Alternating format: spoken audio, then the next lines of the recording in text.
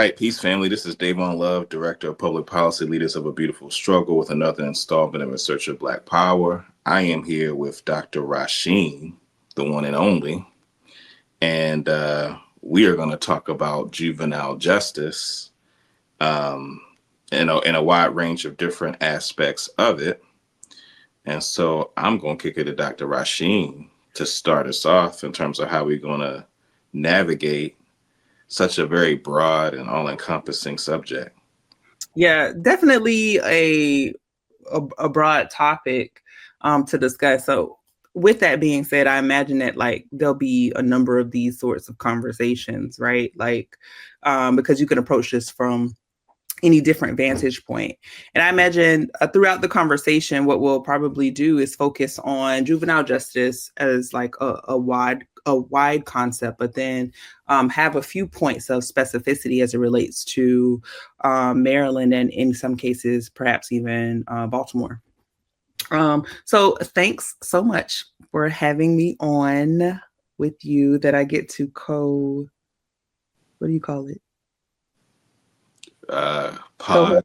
People call it podding these days. Podding? Nope, I don't like that word. So co-hosting on this topic. So before even getting into juvenile justice, one of the things that I want to do is really just start with the conditions that create the necessity for something like a juvenile justice strategy. One of the things that I remember I've heard you talk about, Davon, is ways in which there's these notions of Black inferiority and how they color perceptions of Black people in general, but very specifically with Black youth. I'm curious about just from your standpoint, before we get into the laws and all of those sort of things, just from a macro perspective, with the culture and attitude, in your opinion, and I'll share on my end as well, does the culture and attitude about Black youth, how does that play into how we see punishment and how we see Black youth? So I think it's always important to put in perspective that, America being a society structured on racism and white supremacy, and that there are certain societal notions that are part and parcel to what I describe as societal propaganda about Black people, because a part of what has been necessary to buttress the project of European domination of the world, and in this kind of more current moment of U.S. imperialism and neocolonialism and the global system of white supremacy, what is necessary in order to sustain such a societal configuration, a certain propaganda that would then helps to justify why society is configured the way it is. And key among those societal notions that are most relevant to our conversation, one are notions of inherent Black criminality. And so when we look at, for instance, the term drapetomania, right, which I'm sure you're familiar, but some of our listeners may not be familiar with. Drapetomania, which was a term to describe Black folks trying to be free, right? So it is a condition. It's supposed to be like a mental condition, a sign of deviance, a sign of not being well for a person of African descent to escape from captivity. And so just that, thinking about just the way, making what are natural human impulses criminal, right? So, so that's one example. Or when you look at, for instance, the way that back then news media covered Nat Turner's rebellion, where it described Nat Turner and his accomplices as bloodthirsty and savage, in ways that they didn't describe, the so-called founding fathers in the Revolutionary War in that way. But in essence, we're, doing something very similar in terms of taking up arms to fight for their own liberation. And then you fast forward, you go to beginning of the 20th century, Birth of a Nation, first, major motion picture film screened in the White House, where a major part of its plot was about this notion of the black brute, the black rapist going after this virtuous white woman. And then you go even further, you look at like the war on drugs. You have like Harriet Washington in her book Medical Apartheid, where she talks about the notion crack baby, which is not a medical term. There's no such medical entity as a crack baby. It's a pop culture term, but it's a term that imbued in it helps to perpetuate these notions of black inferiority. So I think inherent black criminality. So that's one kind of general conceptual aspect of it that I think is, particularly important to be clear about. And then along those same lines, in terms of societal propaganda, there's a way that forms of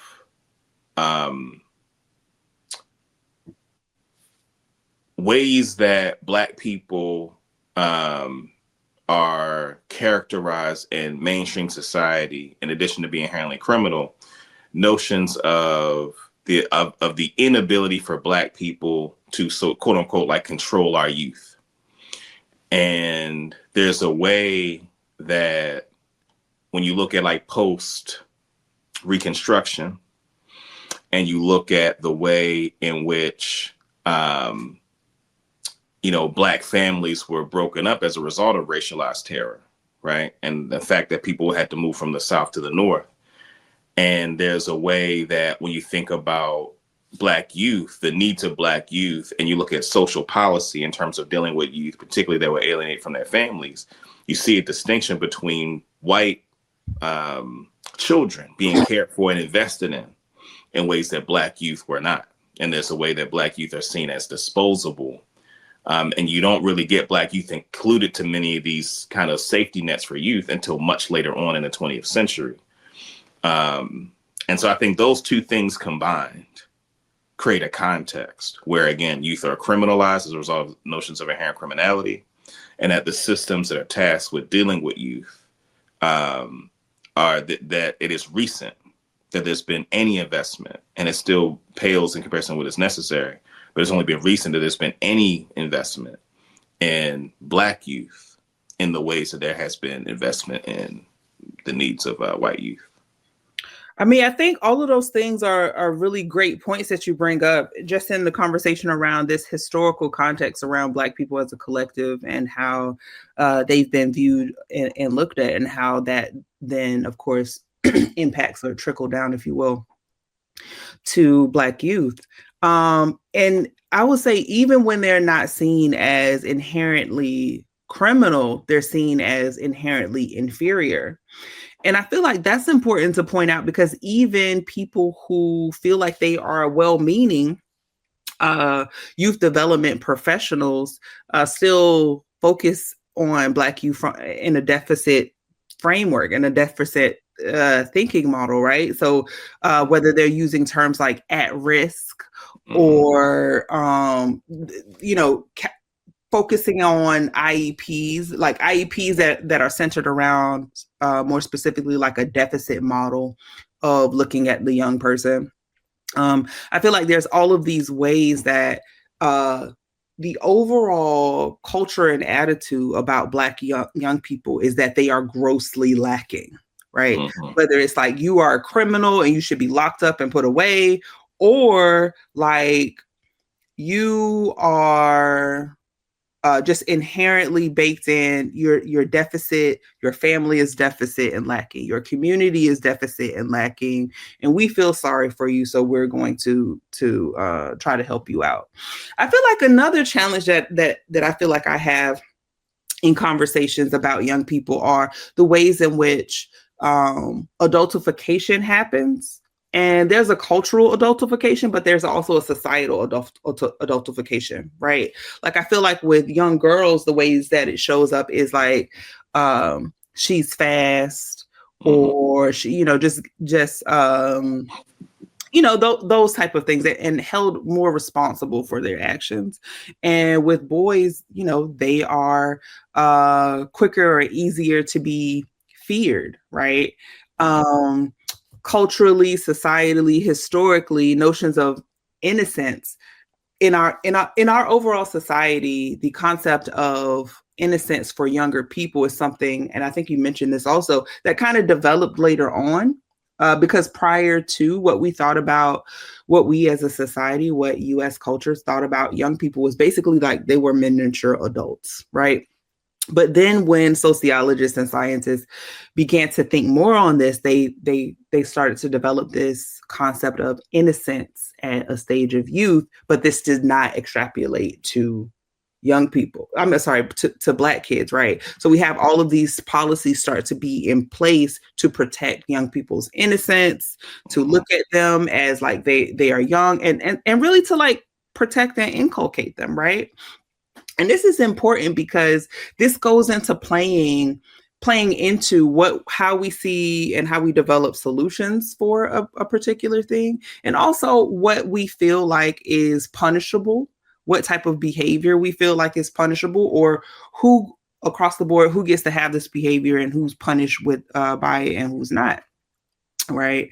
And it's just interesting to note this ideological difference in approach, because this goes into how we develop policy and how we develop programming. If we start from a vantage point of believing that Black children are not only more likely to commit crimes, but that they're deficit, and that they should be held more responsible. Research finds that Black boys are seen as more responsible for their actions at an age where white young men aren't. And the thing that stands out for me about that is one of the conversations in the youth development sphere, and very strong in the JJ sphere, is brain science. And the brain science, I'm not a brain scientist, so I can't argue the right or wrong of it, but it makes sense to me in general that this is how adolescents' brains develop. But that's not how we necessarily approach and interact with young Black kids. We don't consider, they're the section of their brain that's responsible for decision making isn't fully developed. So let's consider that, right? We don't necessarily consider that enough, more than likely. But I feel like there's a way in which I feel like folks who do this work lean a little bit too strongly on that piece. And the reason why I say that, Davon, is because I feel like that is, if you do that, you get to not talk about structural racism. You get to not talk about the ways in which Black boys are targeted. You're just like, they did this because they don't know any better, because they're young.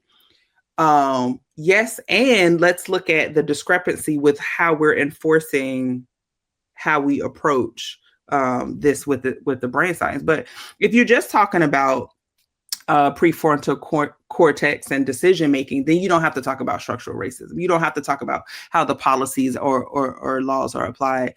And I frequently sometimes share this brief little story that I heard that Nelson Mandela said about being on a beach, a person being on a beach, or by a body of water.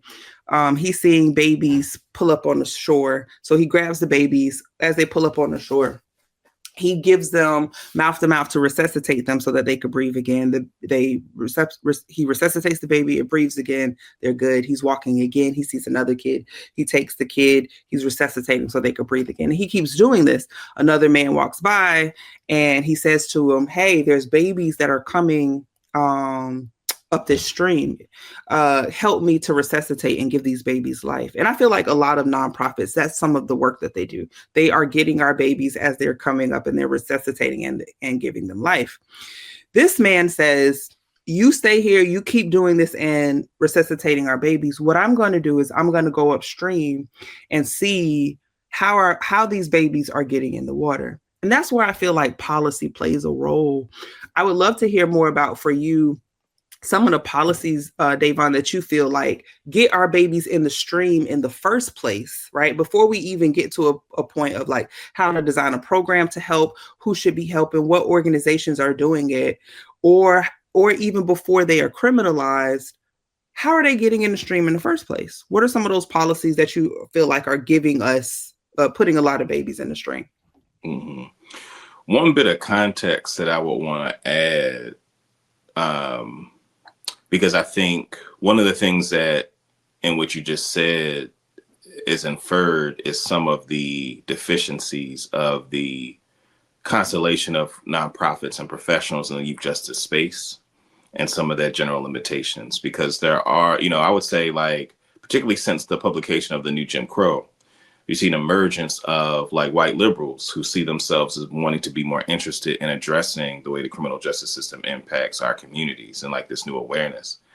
What often comes along with that network of folks, to your point about the focus on brain science, is that to the extent that structural racism comes up, it is like kind of pithy explanations of the racial disparities, but not a depth of analysis of the way that these societal stigmas impact policy, right? And that the constituencies that support the policies that that weaponize the juvenile justice system against our community, not enough engagement with the very notions that make that constituent, particularly those moderate, conservative, some cases suburban constituencies.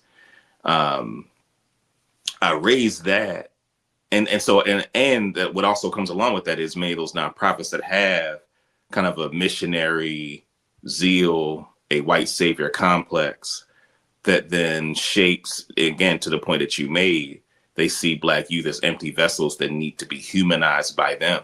That part of the way that white supremacy works is that proximity to white mainstream society gives Black youth inherently an advantage because it is merely by proximity to whiteness, right, and mainstream society that these young people can be redeemed, that their humanity can be affirmed, as opposed to an approach to youth development that sees our own communities as the resources for our own development of our own young people. One of the things Asa Hilliard, ancestor Asa Hilliard has once said is that, if you want to control the people, you control the process by which they socialize their youth, right? And I would say we're in a moment now where, unfortunately, many of the institutions that socialize our young people are not our own. So in terms of then the policies that emerge from that result in, and actually I think it might be helpful too to talk a little bit about what are those disparities, right? So that people have a sense then of the policies and what they're producing. So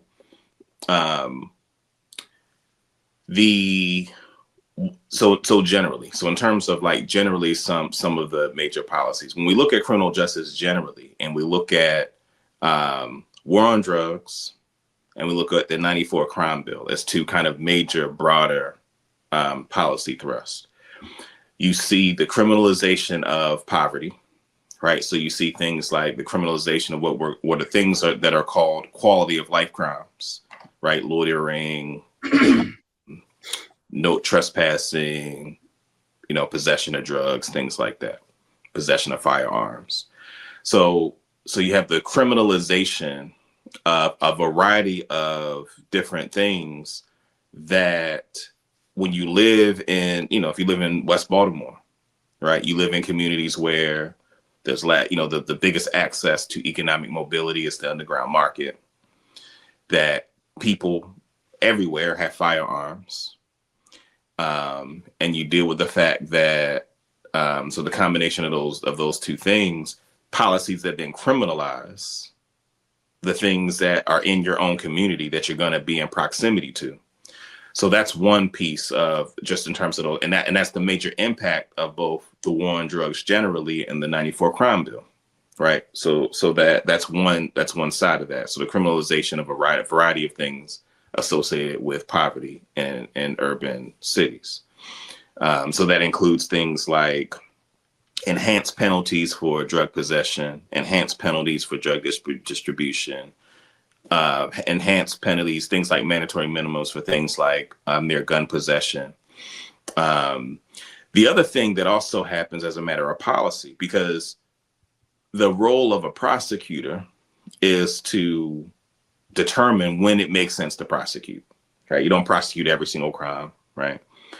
And so one of the things that you see in, again, mainly the policies of the war on drugs and the National Crime Bill, mandatory minimums. So having mandatory floors for certain infractions.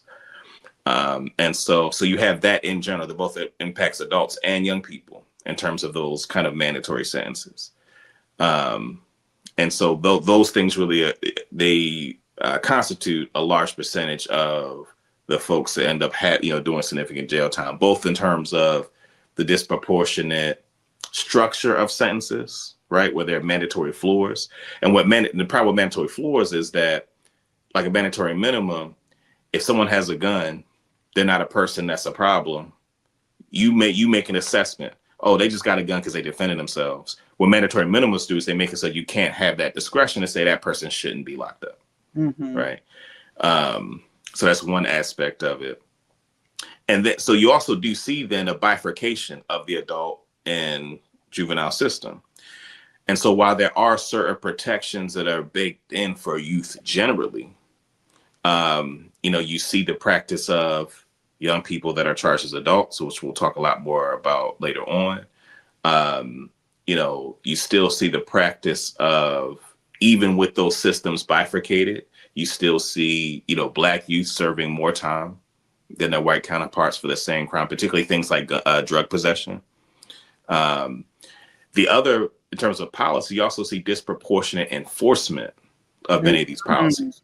So sometimes, while the policies themselves may not be explicit in terms of disproportionately impacting Black youth, it is a disproportionate enforcement of those policies. And so you see more interaction between police and Black youth than you see interactions of police and white youth.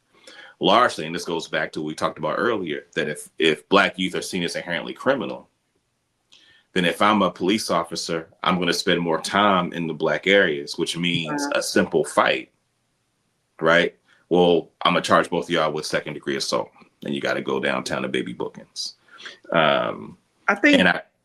I feel like that point is a really important distinction, because I feel like sometimes, and I want, in my thinking, I think about the benevolent racism, as well as the blatant in your face racism, because they all have they still also have the same source, right? When you mentioned and just said the way that it's enforced is not equitable, like it's not, these laws, these rules are not enforced equally. I feel like sometimes, I feel like that's a very important distinction to elevate and highlight, because what we do is, and you mentioned this as well earlier, what we do, or what folks tend to do, is we look at the stats. Like, for example, in Baltimore City, I think it was a 2018 survey where 90% of the young people who were experiencing arrests were Black children, although they make up like 64% of the school age, right? They're having that experience because it's not these status rules, these status offenses, if you will, are not equitably distributed. And for folks who may not know, status offenses are laws or violations, if you will, that are very age specific to me, like truancy, running away from home, violating curfew, underage use of alcohol, like these very specific things that young people are, I feel like, over criminalized for. So like we have situations where most youth engage in those status offenses and other minor offenses, but how are we then dishing out correction, punishment, justice, if you will, whatever we're calling it? I think it's important to highlight the disproportionate dishing out of it. I also want to note that there's several studies that have been done around status offenses, juvenile behavior, and the criminalization of juvenile behavior that show there is nothing. And when I say nothing, I mean, I'm talking hundreds of studies, but there's nothing that show that when all things are equal, that Black youth commit crimes or commit status offenses more than white youth. And I want to reiterate, when all things are equal. So if it's a Black youth and a white youth and they're in the same school, the same neighborhood, and the same socioeconomic status, that Black youth does not violate more often than the white youth does. And I feel like that is part of the conversation, that if we say 90% of all of the young people that are in jail are Black and we stop there, I feel like we're missing part of the conversation. We're missing the part that says, because a person could take that and say, oh, that reinforces my belief that they're inherently criminal. That reinforces my understanding that they're like lacking in a particular way, without having an understanding of like the white kids are violating at this particular same level. Mm-hmm. Yeah. I mean, one of the things you see some of that play out too is in places in the context of things like school discipline, right? So you see like large disparities in how Black youth are disciplined in school compared to their white counterparts. I also think too, drawing in the way that media takes certain examples and peddles those examples over and over and over again in ways that reinforce those same stigmas. So for instance, you'll see stories about a young person in a school that had a gun and they may have hurt somebody. And then what happens is that example is used as the basis to say, oh, okay, any young person with a gun, right, has to be up to no good. And so what happens is that there are also a lot of situations where young people have firearms in schools that don't end up in someone being hurt. They're usually having to do with they're being bullied or they're in a community feel unsafe. But that narrative doesn't get told because it's less sensational, right? And it doesn't feed the kind of societal propaganda of these youth are kind of inherently dangerous. So what that does is that those stories then become the justification for people saying or having a certain belief, oh, these kids are inherently more dangerous, right? Because we don't see, the same number of white youth, they do the mass shooting thing, and that's a whole other thing. But, we don't see as many instances of conflicts within schools where firearms are involved, right? And some, in some of these other places. And again, a part of what we say about that is, well, actually, our communities, given all of the societal oppression that our communities face, folks are less safe, can't rely on law enforcement to keep us safe. So people take that into their own hands, and that gets construed, right, as, oh, these people are just more criminal, right? So, and again, so the using individual examples of criminality become the justification. It helps to further this notion that, oh, it's got to be something wrong with them because they doing all this shooting, Mm-hmm. And so providing some of that context is helpful. I feel like there's two things that's not paid enough attention to when we say these stats. One, the over criminalization, as we're talking about, of Black youth. We like folks tend to just say the number, and I feel like nonprofit spaces do not want to mention necessarily the impact of racism or really draw those lines and connections and distinctions in the way that is really meaningful. So as we're talking about some of those, so there's some of the policies and programmings and laws and that sort of thing that are enforced disproportionately, right?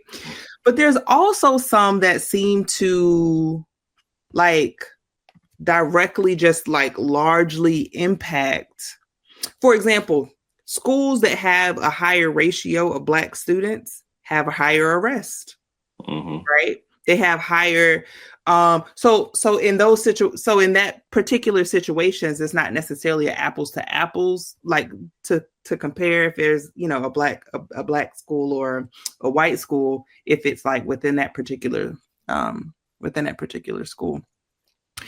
Some of the policies that I think about specifically as it relates to Maryland, or some of the things that have come up, are what age are we deciding that youth are able to make decisions, certain types of decisions where they're culpable, right? Is an 8-year-old, is a 10-year-old, do they understand enough about exactly what, you know, what they're doing? And what that makes me think of is charging young people as adults, right? Automatically charging them as adults. Where does that situate them in further adultifying them? I also don't feel like we talk enough about the trauma and impact. And the reason why I say that is because I feel like a lot of times, a lot of these policies, whether it's second look, or charging young people as adults, or Child Interrogation Protection Act, I feel like one of the parts that is missing is not just the way in which these are young people who are doing something that other young people their age are doing, but also the ways in which race plays a role, but what is structurally and systemically in place that is increasing the number of babies that we're going to find in the river, if you will, if we're using my earlier analogy. Mm-hmm. So I think so on one sense, the upstream part that you just referenced, there's a societal disregard for the humanity of Black youth. You mentioned studies that have been done that deem Black youth as less innocent, right? And this is study that was done, Essence and Innocence, in 2014, where it talks about the adultification, the way that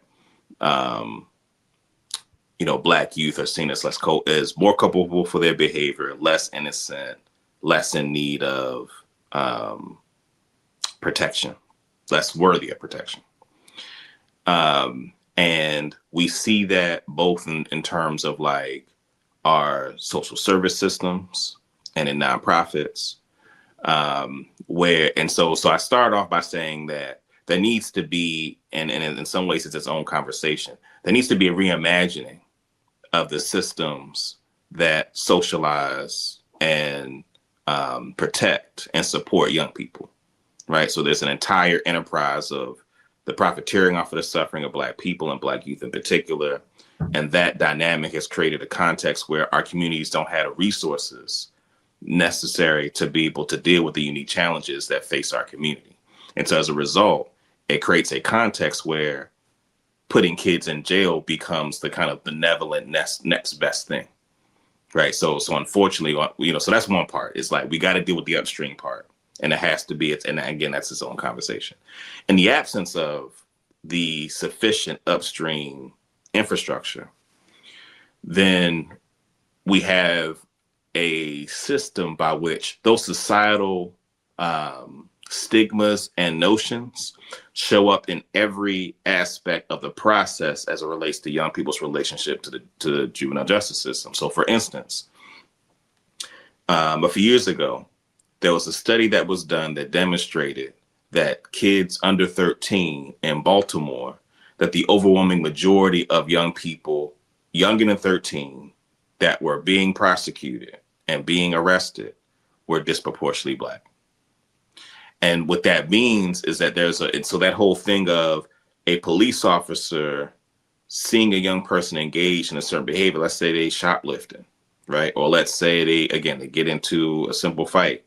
Like, these are things that police were seeing them not as kids, but as adults that needed adult punishment, right? Mm-hmm. Both in terms of police and prosecutors. Mm-hmm. And so as a result of an observation of that pattern, there was in 2022, there was a law that was passed, the Juvenile Justice Reform Act, that made it so that you could not prosecute young people below the age of 13 unless it was a felony.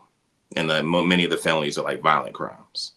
With the thinking being that, again, with a minor offense, we shouldn't be using the criminal justice system as the basis for dealing with Black youth. But what was happening is, again, as a result of the way that Black youth aren't seen as people that require protection, aren't seen as people that need support, they're seen as inherently criminal, that was okay. So we needed a policy, right, that would make it so that less young people, 13 and younger, were being put into the system. One of the things that we're seeing now is we've seen propaganda of folks wanting to reverse that, right? Wanting, and there actually was a bill in 2024 that reversed some of what happened in 22 regarding not prosecuting youth under 13 for, some of those minor offenses. So that's one place as an example of like where, just as a matter of policy, there was an attempt to observe what was happening with Black youth, deal with it, and it being rolled back. You mentioned the Child Interrogation Protection Act. So, one of the things that, partners that we work with, like the Office of the Public Defender, one of the things that they were observing is that, you had young people being interrogated by law enforcement without legal representation and their parents being notified. And one of the things they were clear about is that routinely police would interact with a young person, tell them, look, if you want to go home, just talk, just tell me what happened. And it created a context where they were either incriminating themselves or incriminating other people, right? But of course, these are youth, right? They're dealing with a law enforcement officer. And so there's a way that there's a power imbalance. We had an extremely hard time passing that. As a result, I believe, of the fact that a lot of people see these Black youth as little adults, as you said before, right? So they're not thinking like, oh, it might be intimidating for a 14-year-old, young person to be in the presence of a police officer and ask them questions, especially given the fact that, without even having legal representation, right? That's a lot for a young person, right? And so for us, that should have been a no-brainer. But that was extremely difficult to pass. And there are calls, again, by folks like Ivan Bates, who's the current state's attorney for Baltimore City, and many of the prosecutors around the state of Maryland, Scott Schellenberger in Baltimore County, the brother in Howard County, Rich Gibson, state's attorney Rich Gibson in Howard County. These are folks that have publicly called for repealing the Child Interrogation Protection Act. Mm-hmm. And one of the things that they say is that it gets in the way of them being able to go after young people that are committing crimes, that we need to be able to talk to young people when a thing happens. So what they're really saying is the rights that adults are entitled to in terms of their Fifth Amendment right to not incriminate themselves, the young people aren't entitled to. So it's okay to violate the rights, primarily of Black youth in ways that wouldn't be acceptable if they weren't Black youth. I find that particularly peculiar given the adultification of the young people, right? It's like the thinking around it is they are culpable for their crimes. And so I can charge them as an adult. But I also have the leeway to not give them the same rights as an adult. Which is, to me, and I feel like I really wish that we would think about it in these terms more than the terms of thinking of it in terms of like letting young people off the hook. I really feel like it's child abuse and child abandonment and a degree of child neglect, right? Because you can be punished at this level, but you don't get the rights or protections at that level. The other thing that it makes me think of are the ways in which, and I know you're going to talk about the automatically charging youth as adults piece a bit more as we move forward, but it also makes me think about, one, the way that young people, studies have also shown people age out of these delinquent behaviors. Like as they get older, they will age out of truancy or, all the fighting at school or what have you, right?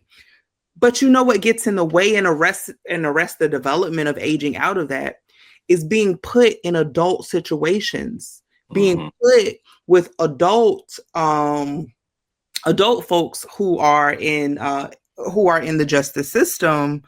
If you take a 13, 14-year-old, and you don't place them in an environment that is a young people environment, but you put them with people who are 25 or 30 or what have you, and even if you say you put them sight unseen, right? So that's what solitary confinement for a functionally. Yeah, for a 14-year-old, you are then not only engaging in what I feel like is child abuse, right? Which any other person would be arrested for.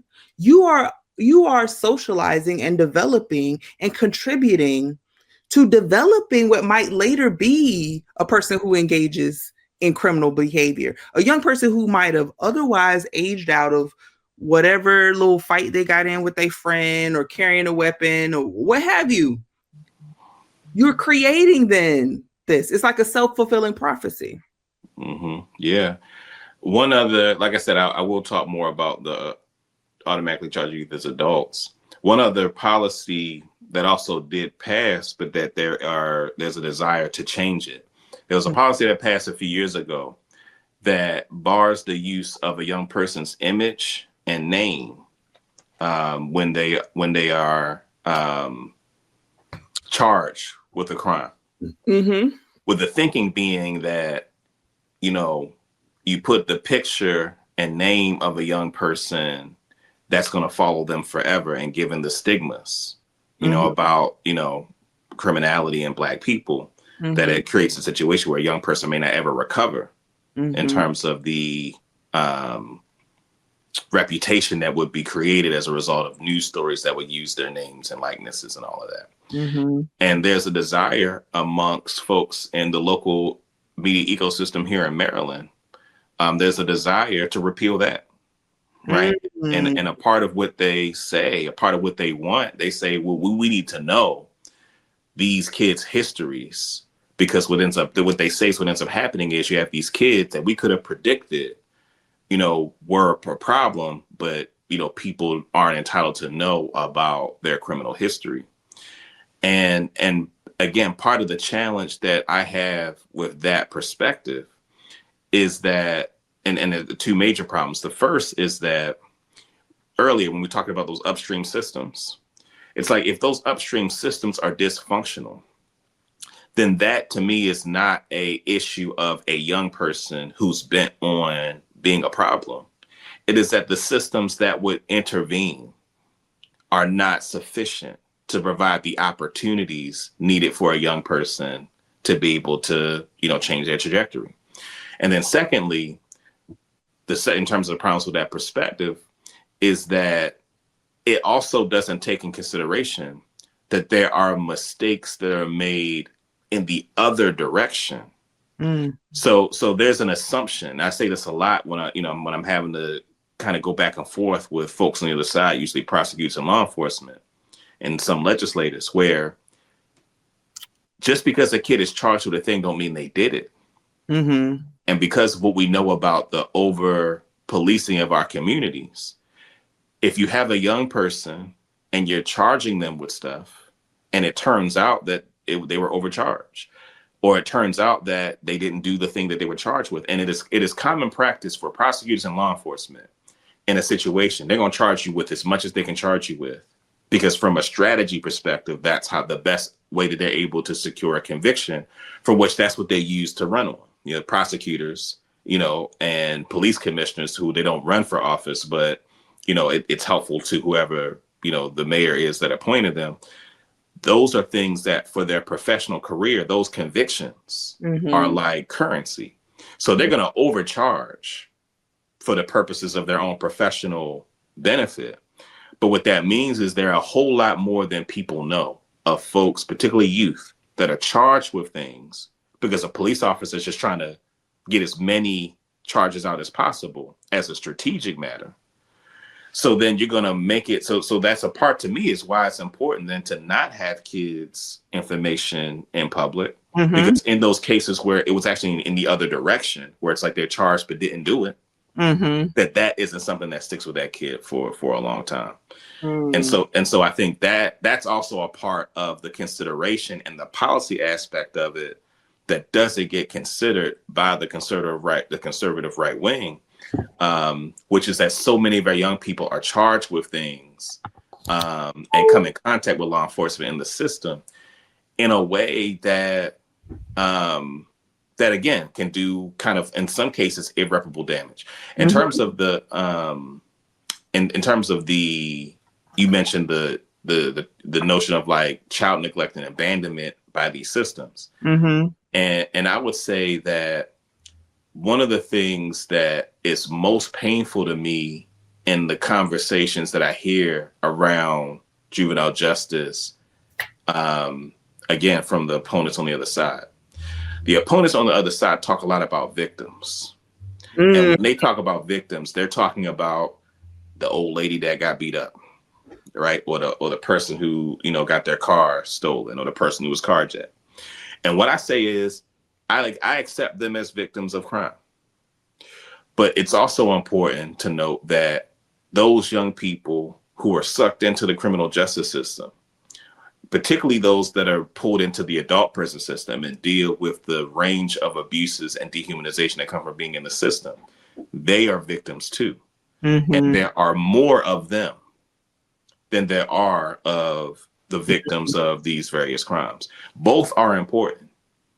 And one of the things that the other side tries to say is that those who have the perspective that you and I have been sharing are folks that don't want young people held accountable. That word. Nothing of the policies that we advocate for diminish the ability for a young person, if they commit an egregious crime against someone in our community, to be held accountable for that crime, right? There's nothing of the policies that we advocate for that prohibit that. But what is underneath the opposition to the perspective that we have is a desire to put more of our youth in prison, because there are constituencies that are enlivened, right, that are energized, that they see it as progress in terms of safety. Just put all the Black kids, put them in jail, right? And it's better off that they be there than quote unquote committing these crimes. And see, to me, I care about the humanity of these kids such that it is not acceptable for us to be okay with just saying, all right, they were outside, they happened to be in the proximity of something happening. Oh, well, they hanging out with these kids that did have a gun. They need to just be in these facilities. That's not acceptable to me. Right. And I think that is a fundamental difference between us and those on the other side. I really feel like it's really important to talk about that holding young people accountable and responsible piece. Because I feel like it also connects with the narrative and the media and what they want to portray. Right. Because I feel like Black people as a collective, we want accountability. We want people to be held responsible, and we want justice, right? But I feel like in the psyche, and I'm going to say that this might be more of a me thing, but I feel like in the psyche of the white collective, they want punishment, they want revenge, right? And so accountability and responsibility and justice is not synonymous with revenge and punishment. And I feel like the line is so thin that it's hard to tell the difference. Because if you were able to tell the difference, you would be able to see that, one, everybody in this entire system should be held accountable. Right? From the people who make the policy, to the people who enforce the policy, to the people in the community, to how we engage and interact with young people. Accountability doesn't start at the tip, at the end, when a young person is in crisis. That's not where accountability should start. Accountability should be there throughout the entire time. Responsibility should be there throughout the entire time. That's one thing. And then if you had this understanding of accountability, responsibility, and justice, you would have a more nuanced, fuller version of what justice looks like. Justice might be that young person needs a job. Mm-hmm. Justice might be that they need resources. And I wish that we did more of looking at, is this young person in crisis? Let's like even if there was like a intake checklist, could it be an intake checklist? Is this young person in crisis? Is this crime that is done related to something social and emotional that could be happening where they need resources? Is it financial? Did they rob this XYZ because they're poor and they don't have money, or what have you? Did this fight happen because they need conflict resolution skills? I feel like if we were actually focused on accountability, responsibility, and justice, our approach to these young people in crisis would not just be lock them up fast, and if you do anything other than that, then you're just letting them off the hook, right? And I feel like that is the conditioning social as a society, as a culture, whether it is the news, whether it is the media, whether it is film. There is this, what they really want, and they don't say these words, is I want revenge and I want this person to be punished. Not I actually want a solution, not I actually want to reduce crime. And I feel like when you insert, as has been done at from what I understand to be unprecedented levels in Baltimore, the investment in community based organizations that are familiar with this population, that have lived experiences engaging with the justice system, they have an understanding and they know the difference between punishment and revenge. And let's look at this thing, because we want to hold everybody accountable, including themselves, right? Because a lot of these community-based organizations, their thing is my block, my hood, my responsibility, or it's my responsibility to educate, uplift, and transform. Or some people who are credible messengers have experience and they feel like a sense of responsibility and debt that they owe to society to improve communities in some particular way. So, like, to me, if we're actually thinking about accountability, responsibility, and justice, our answers wouldn't just be lock them up as young as we can, lock them up as often as we can, you know? Mm-hmm. Yeah. I mean, two things that come out from that. The first is, I think, there are a lot of studies that show when it comes to like how doctors treat Black people, that there's this belief that we have a higher tolerance of pain, Mm-hmm. which is connected to forms of dehumanization, where it's like we're less human. And I think when it comes to young people, there's a way that the pain that is the result of societal assaults on their humanity, are oftentimes, like, that very notion is not treated with any regard. That just thinking about the pain that a lot of these young people are in, that contribute to a lot of the kind of antisocial and self-destructive behavior that some youth engage in, that if you see it from the vantage point of, let's figure out how to address the pain that is at the source of what produces a lot of these behaviors. And to your point, what people want, they don't care about that. They're like, just stop. Like, I don't care what's going on with you. I just don't want you to do it. And that leads to the second thing, which is, and this goes to your revenge point. American society has been constructed in such a way where it is the White House with a picket fence, or a house with a white picket fence, whatever the saying is. There's a suburban bubble that is in people's kind of deeply seated kind of collective aspiration. And Black youth are generally seen as disruptive to that bubble. Mm-hmm. And so I think what happens is that, white folks, and unfortunately even some of our people, right, experience Black youth as an inconvenience in the pursuit of this kind of middle-class suburban bubble that's at the core of the so-called American dream. And so the revenge is revenge for messing that up for me. Mm-hmm. You know what I'm saying? And to be honest, like when I'm engaging legislators or hearing people that are talking about the quote unquote juvenile crime thing, what I hear, the undercurrent I hear is like, these little kids is messing it up for us, right? For the thing that we want for ourselves in our lives, which has nothing to do with the youth. It has nothing to do with, it's like, oh, you actually, not only do you not care about these young people and their experiences, but just the fact that they exist at all, right, is in the way of the things you want for yourself and your community. And that to me is something that I wish folks would be more honest, that is really the position they're coming from, but they won't say that. Because people know that just at a very basic moral perspective, nobody's going to be sympathetic to that feeling and perspective. But I think that revenge thing you're talking about, it's like, it's revenge for you messing up this thing I'm trying to get. Let me, like, I want this bubble, and having to deal with the challenges of young people in a substantive way, it punctures this little fantasy bubble.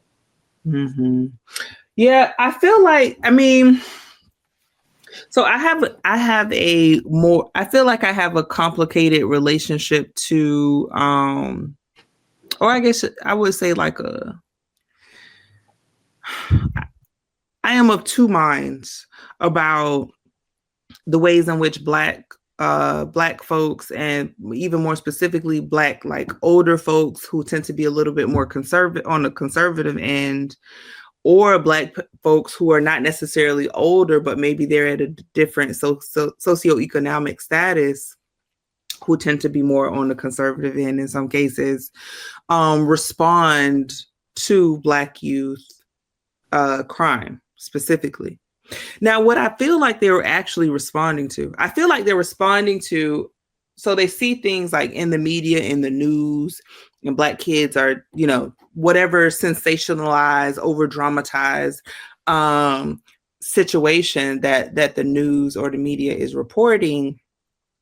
And I feel like what they're responding to is what you just said, you messing it up for us. And a little bit of respectability. And that also baked into that, which makes it hard, I imagine, for them to hear or understand, like, no, this policy is actually jacked up and it's been disproportionately implemented. Not only that, the conditions and environments that were created for this young people is responding to is logical. If you understand the environment, if you yourself were put in this environment, I feel like so often some of us wouldn't be able to operate a day in the life of some of these young people. If navigating, okay, these are my options, and those options being limited, and the resources being limited, and support and access being limited. So if you have the way that the system is, the way that we have been historically and culturally, and the attitude towards a particular situation, that young person is responding logically based on the understanding that they have at that particular time, the rules and the policies and the histories that are in place, but over criminalized and demonized because of that response. Because what I don't want you to do is make me look bad. What I also want to do is distance myself further away from you. I teach a sociology course, and one of the things that I taught is about the establishment of race, like how race was established, and also the ways in which we know the ways in which Blackness have been, the name has been changed over time, whether it's like Negro, colored, Black, African American, and what have you. We don't necessarily know the ways in which access to whiteness has changed over time. And I feel like a lesson in that is helpful for understanding sometimes when we see folks who we might otherwise feel like would relate or connect or be in agreement with some of the things that we're saying, is the ways in which historically whiteness was constructed was this is so how far can you get away from Blackness? Mm-hmm. And you have to verbally or do some interpersonal action as a demonstration to the white collective that you are not of this other body, right? And the way you do that is to join this other group and demonizing that's bad. They're thugs. They're all of these things. And this puts me in closer proximity to the power and privilege and the life that I want to live by separating myself from this other group. Yeah. And I think that distancing that you're describing is central to the discourses that are mobilized to justify policies that more harshly punish our community. Like, I think that very phenomenon is central to that. Both. So when we, for instance, just revisiting a historical example for a second, you think about the 94 crime bill. One of the unfortunate things that doesn't get talked about enough is it was a lot of Black politicians that supported the crime bill, right? Like at the time, so we're talking 94. So this is Kwesi Mfume, who is currently the congressman who was both before and after Cummings. In 94, he either was chair of the Black Caucus, the Congressional Black Caucus, but a major leader during that period of time. And both him and many Black politicians, Bobby Rush in 2016, during the 2016 presidential election, he got on television and he apologized for being a person that voted for the crime bill in 94, right? So there were a lot, and Bobby Rush is a former Black Panther, right? So there were a lot of folks Black people who voted to support the 94 crime bill, I think in large part because of what you just said about wanting to distance themselves from working class Black communities, right? In order to get more access to privilege, get more access to status, to get more access to whiteness. And I think our kids, unfortunately, have bore the biggest brunt of the damage done as a result of that aspect of how that works. And then even if we extrapolate that further, that the criminalization of Black youth has become, I would say over the past, few years, has become a political weapon that the right wing is using as a way to battle back against criminal justice reform, right? So I talked a little bit about the Juvenile Justice Reform Act, the Child Interrogation Protection Act, and then just general criminal justice progress that Maryland has made, where, progress has been rolled back. I talked about the 2024 bill that rolled back some of what the Juvenile Justice Reform Act did. What is happening now? Really quick question: is that similar or the same as the omnibus bill? Omnibus is like a general term they use to describe a bill that has a bunch of stuff in it that may or may not be related. Okay, got you. Okay. And so what we're seeing nationally is we're seeing a resurgence we're seeing a focus on young people who commit crimes, so-called juvenile crime. We're seeing that as a major political talking point that is being used, particularly by the Republican right wing, as a way to mobilize its base. So we've talked about like automatically charging youth as adults. That is something, and I'll talk more about what that looks like here in Maryland. But what's happening nationally, right, in places like Louisiana, right, even places like New Mexico, there are places where Democrats, but also Republicans, and Republicans have been driving it, have been using the notion of youth committing crime and pushing then those states to adopt policies that are harsher on youth, and using that as a litmus test to say, okay, if you're not going to automatically charge youth as adults, that means you're soft on crime, and using that politically. Right. So we saw some of that, for instance, in, when Trump did the takeover in DC's law enforcement. And then you saw the Congress legislate. They're trying to legislate requiring youth to be charged as adults, right, above a certain age in Washington, D.C. Now, youth make up, I know in Maryland, they make up only like 7% of all crime. I imagine that that's similar across the country. So young people in Washington, D.C. constitute a very small amount of any crime that is committed.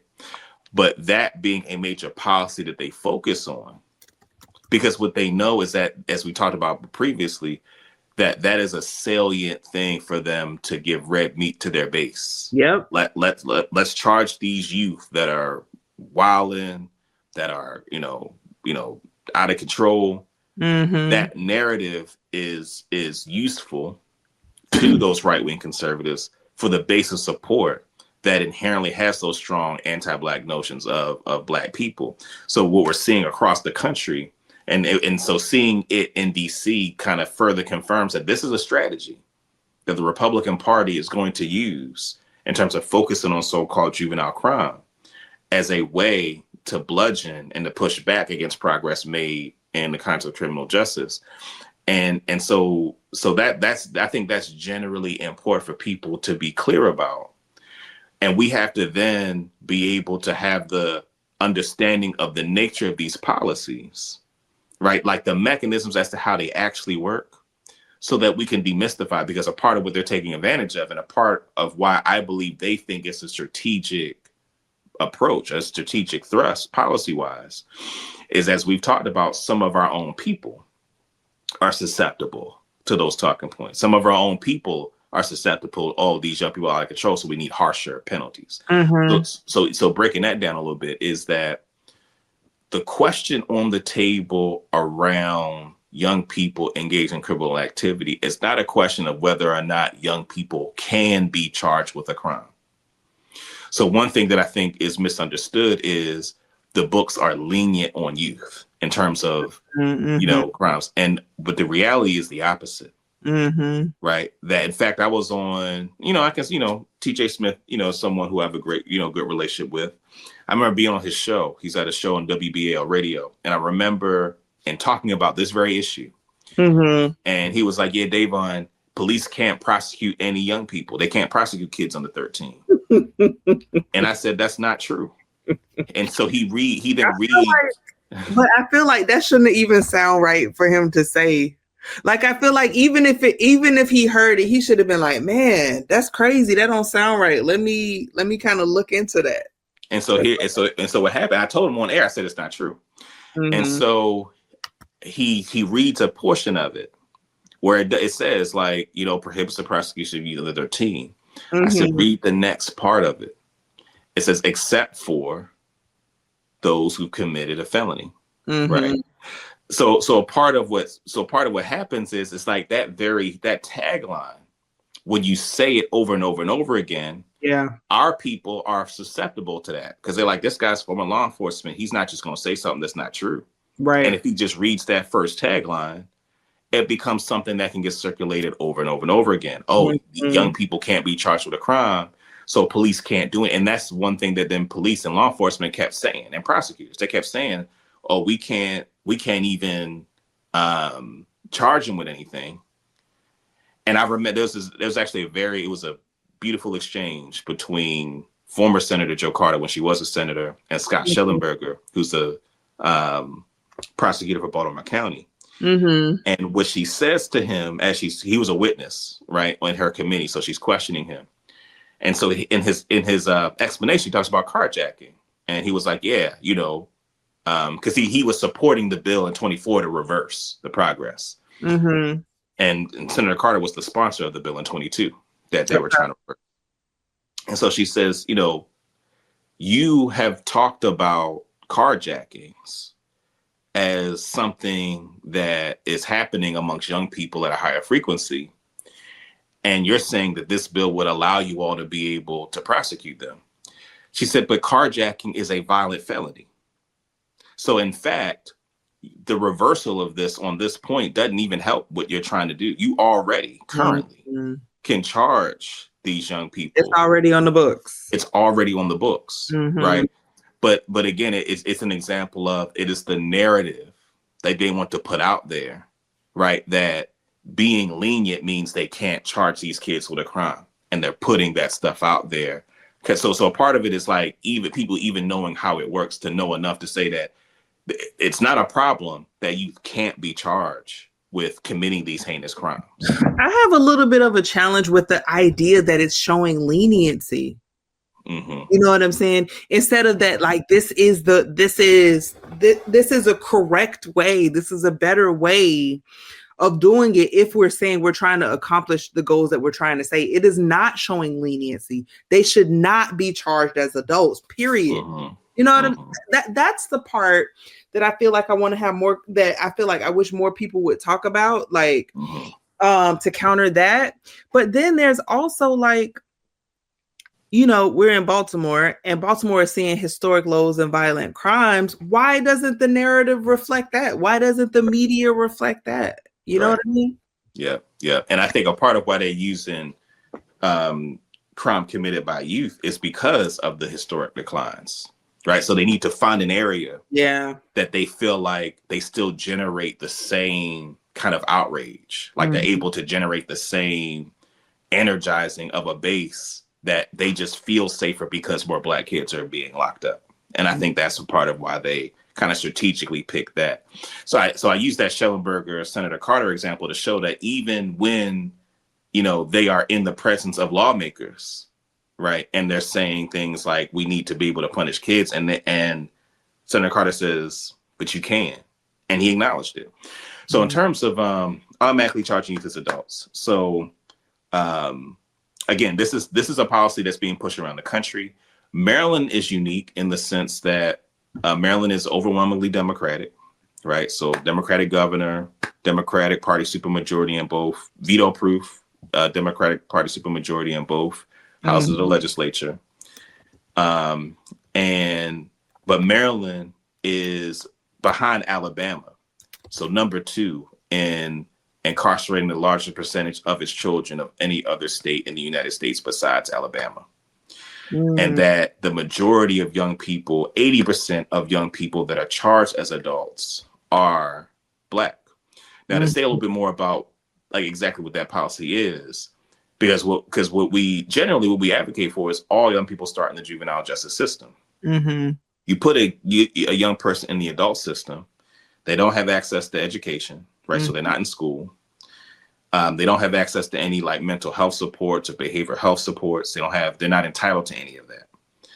And what ends up happening is when a young person is charged, again, one of those key important process things, because charged don't mean you did it. Right. So when a young person is charged as an adult, and there are a whole bunch of charges that automatically put you in the adult system, a lot of times young people end up spending sometimes weeks, sometimes close to months in an adult prison facility, where not only are they not entitled to any of the supports that I mentioned a moment ago, but also,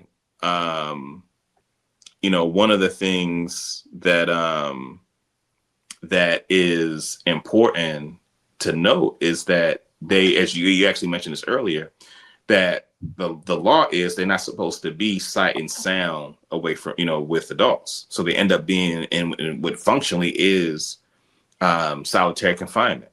And so what's astounding is that, again, 80% of the youth that are charged as adults are Black.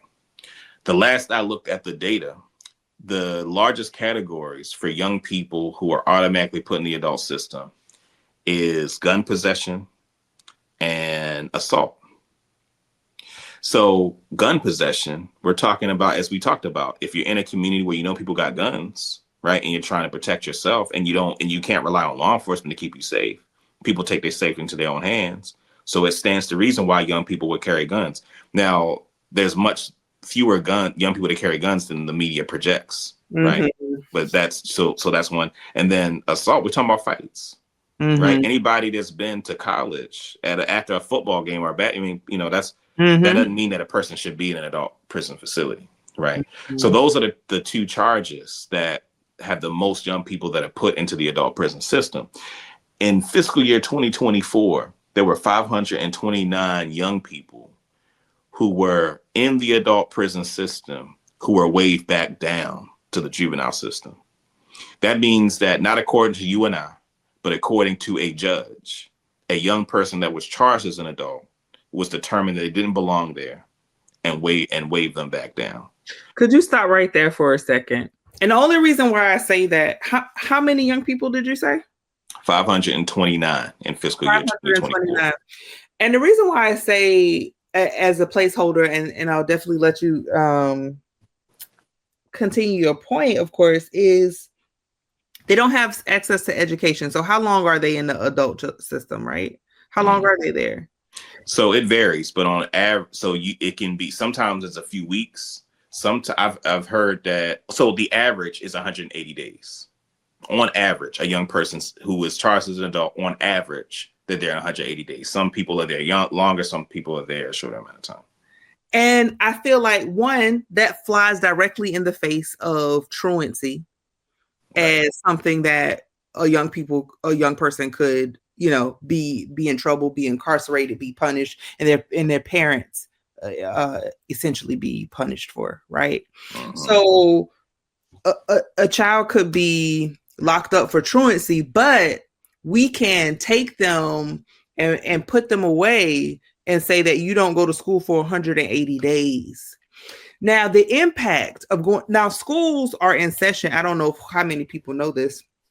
Schools are in session for 180 days. That's actually the exact number based on, historically, seasonally, when harvest, when all of that is open. But that is literally the exact number of days that a person is in school. So if I get arrested at the beginning of the school year, it is possible that my 11th, 12th, 9th grade year, I miss out on school for an entire year. And that is considered legal and okay. But if I am truant, if I am not keeping up regular attendance, not only can I be in trouble, but my parents could be in trouble as well. And then to talk about the mental supports. And I want to first talk about the mental support of like me as a human, as a fully grown in her 40s woman. If I am put into incarcerated for several months, I mean, probably for 1 month, what that might do to my mental capacity. Mm-hmm. And then I want to go back to where we were talking about adolescent brain development. Mm-hmm. So we have an adolescent brain who we said you have to go to school, but except for if we want to punish and have revenge on you, then we're going to put you over here till we decide what to do. So you're missing out on school, right? So that puts you back further. And I'm going to put you in a situation that stresses your already undeveloped brain. Mm-hmm.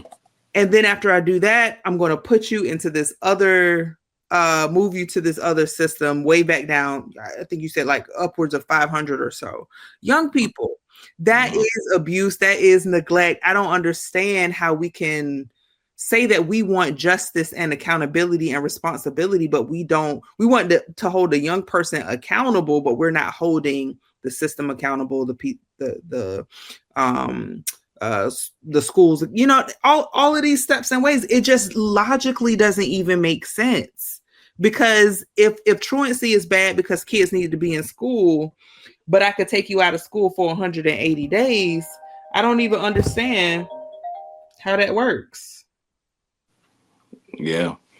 I mean, it goes to show, like, and just in terms of the extent of the disregard for the humanity of those Black kids, like 529 kids. Like, I think there's an argument to be made that no kid should be in the adult prison system. Right. But even if I'm to entertain that there's certain circumstances where it makes sense for them to be in the adult system, to have so many who the system deemed not worthy of being there, but that it's okay for them to be there as long as they are, right, is something that is a sad commentary on, it's another example of just the level of like disregard for the humanity of Black youth. And a big part of the argument we hear, again, from some elected officials and people within law enforcement, is that it is a better alternative, almost to say that like having them incarcerated saves them from themselves, because then they're not outside doing all these other things, which I don't think is a serious answer. Like, I don't even think they believe that. But I think that they perceive the level of disregard for the humanity of Black youth, and their disregard for that, they know societally isn't going to be something that they get political heat for. In fact, again, they benefit from being able to say, yeah, we make sure all them little Black kids is locked up in the adult. It sounds good in a certain setting, at a suburban neighborhood association meeting, to say, yeah, 529 kids were put into the adult system. They were way back down, but we make sure that they had the harshest punishment. Like, that is in essence what that policy allows them to do. And that's why there's so much resistance. And so part of so this is a policy that has been existing in Maryland for a long time.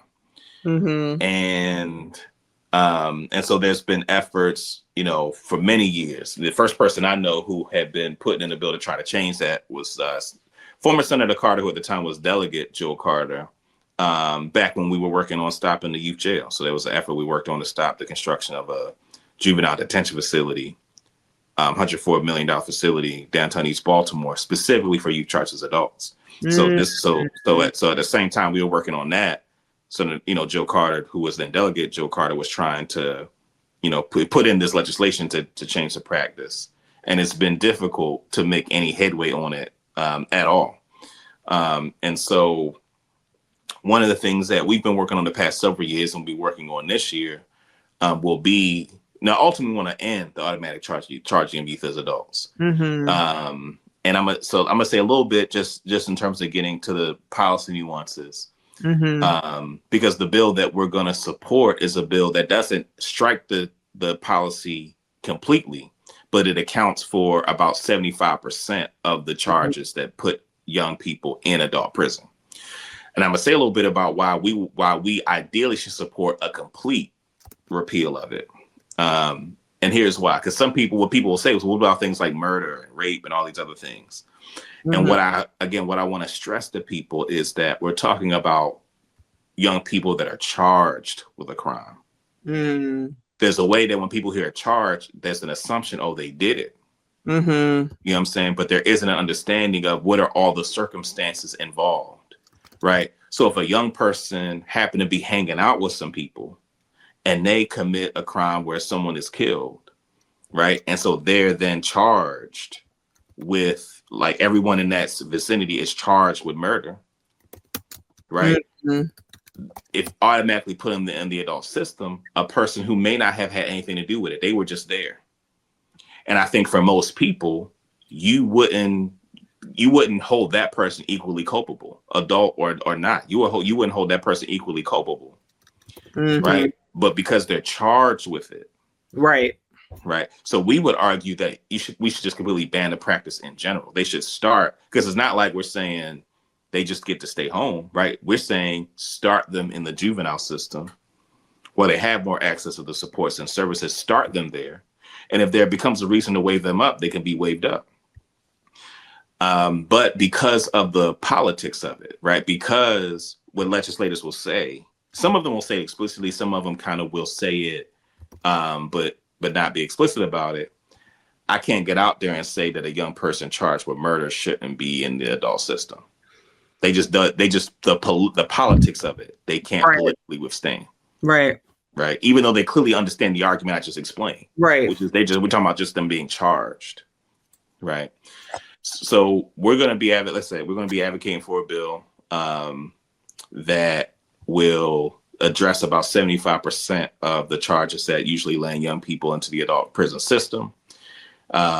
Fortunately, this piece of legislation will be a priority of the Legislative Black Caucus of Maryland, and will likely be one of their top priorities this coming session, which we're really grateful for the Legislative Black Caucus of Maryland supporting this particular policy, because again, it would end, or at least diminish, a long-standing practice in Maryland that's had really harmful effects on young people.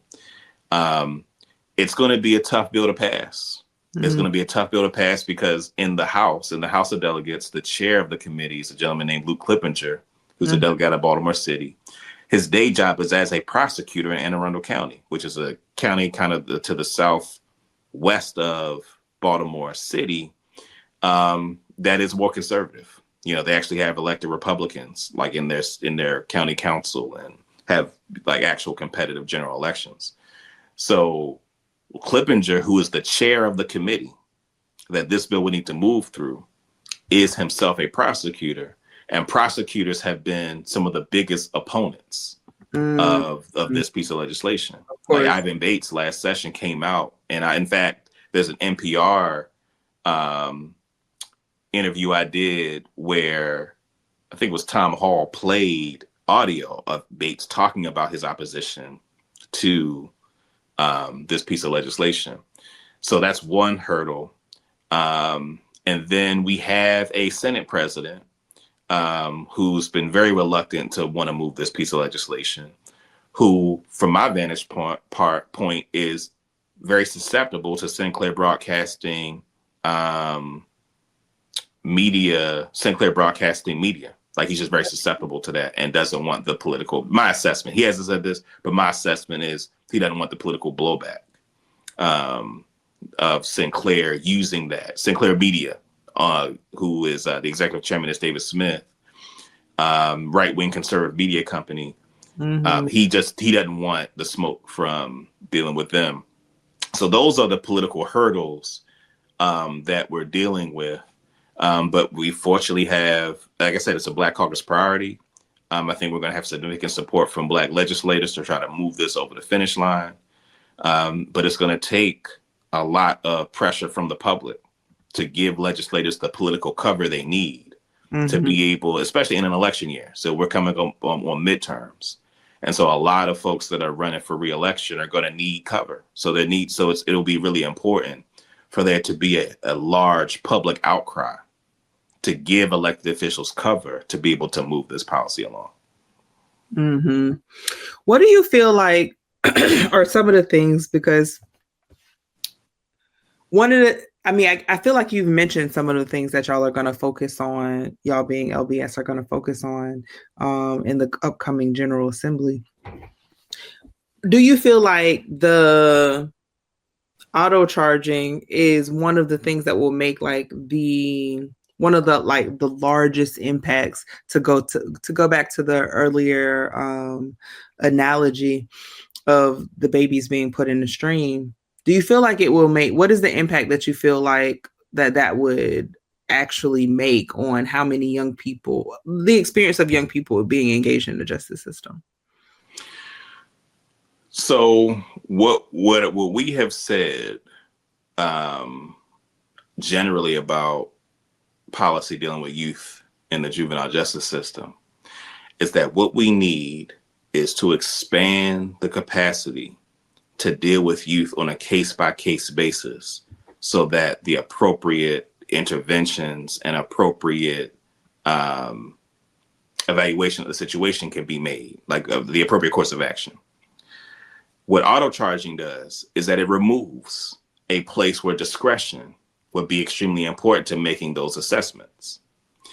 If this policy were to change, right, where we were to end the practice of automatically charging youth as adults, then what that would mean is that it would allow the Department of Juvenile Services, when a young person's in their custody on the front end, right? So not when a kid has already spent 180 days in the adult prison system and then they get them, but on the front end, upon the arrest, upon being detained and being in the Department of Juvenile Services, it provides an opportunity for an appropriate intervention for that young person. That's something that's appropriate for their situation, for that to be implemented. So what it would do, so it's not as far upstream as like you described, which I think is important. And again, in some ways, it's its own conversation about the universe of youth serving institutions and our social service system. But what it does do is that at a pivotal point, when a young person comes in contact with the juvenile justice system in the form of the Department of Juvenile Services, ending the practice of auto charging. And we're, again, using this data point that I mentioned, that 529 youth that were charged as adults that were waved back down. Mm-hmm. That would have been 529 young people who on the front end would have had the opportunity to have access to interventions and have courses of action, right? That would have provided the opportunity to provide those upstream interventions before having to experience the brunt of adult prison. Yeah. I mean, even if we break it down to the most simplest, those 500, and if we care about young people being in school, those 520 young people who would otherwise, perhaps be in school. That's right. Yeah. That's right. It's so interesting, some of the ways in which we get kids at a young age and further criminalize them. It's almost like how to make a criminal 101, right? How to make a criminal 101. You tell them that they're a criminal. You tell everybody around them that they are criminal and they are inherently criminal and was born that way.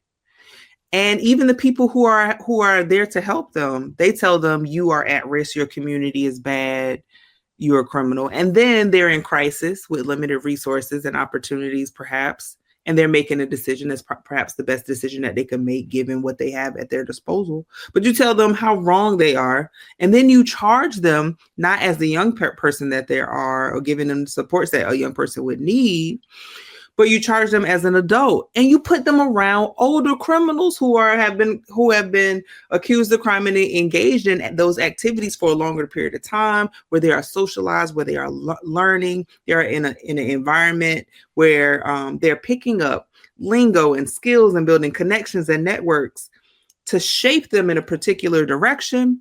And all of this time, they're missing school, so they also get further behind. So who wants to go back to school and be so far behind? And you don't give them any mental resources to process what they're experiencing. And then you either, you could wave them back down, but by this time, all of this damage has been done. It's almost like if I was trying to come up with a concept of how to effectively create future criminals, I would use this process. Mm-hmm.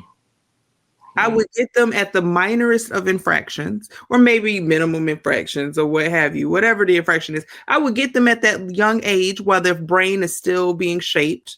And I would put them in an environment where it could be further shaped down the direction that I would want it to be. Mm-hmm. Yeah. And it's interesting because a lot of those that are in elected office, I think, have been exposed to that argument. I think what I observe, though, is that their belief in the inherent criminality of Black kids is so deep that I think from their vantage point, it's like they were already going to be that. Mm-hmm. Like even some of the language shifting, like one of the things that happened with the Child Interrogation Protection Act, is that it actually initially was the Juvenile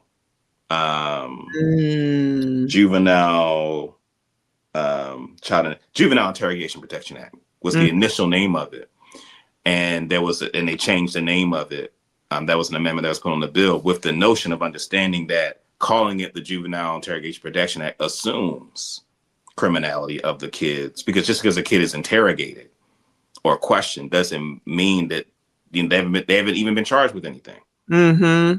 You know what I'm saying? I think that was savvy. I feel like that's a good thing to change that name. And I could definitely see the utility of saying child over juvenile, because juvenile, while it means the same thing, is only time we typically use the word juvenile is in association with juvenile delinquency or juvenile, right. Some sort of behavioral or something that they did that was outside of whatever status quo or some deviant behavior. You're juvenile. But when you use the language of child, I appreciate that language, because you pair child and protection. Mm-hmm. And I could see even using that word protection with the word juvenile might translate to another person is, oh, you talking about protection for criminals. Right. I don't want to do no protection for criminals. Mm-hmm. Which is also crazy, because whether you committed a crime or not, you still deserve proper protection. But that's a whole nother show. Mm-hmm. Mm-hmm.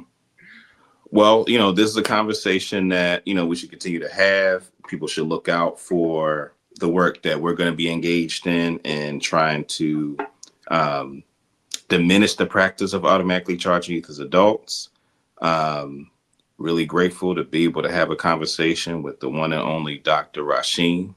And please look at LBS Baltimore, all your relevant social media, lbsbaltimore.com, to see how you can support our work in the legislature of challenging the practice of automatically charging youth as adults. Peace. Peace.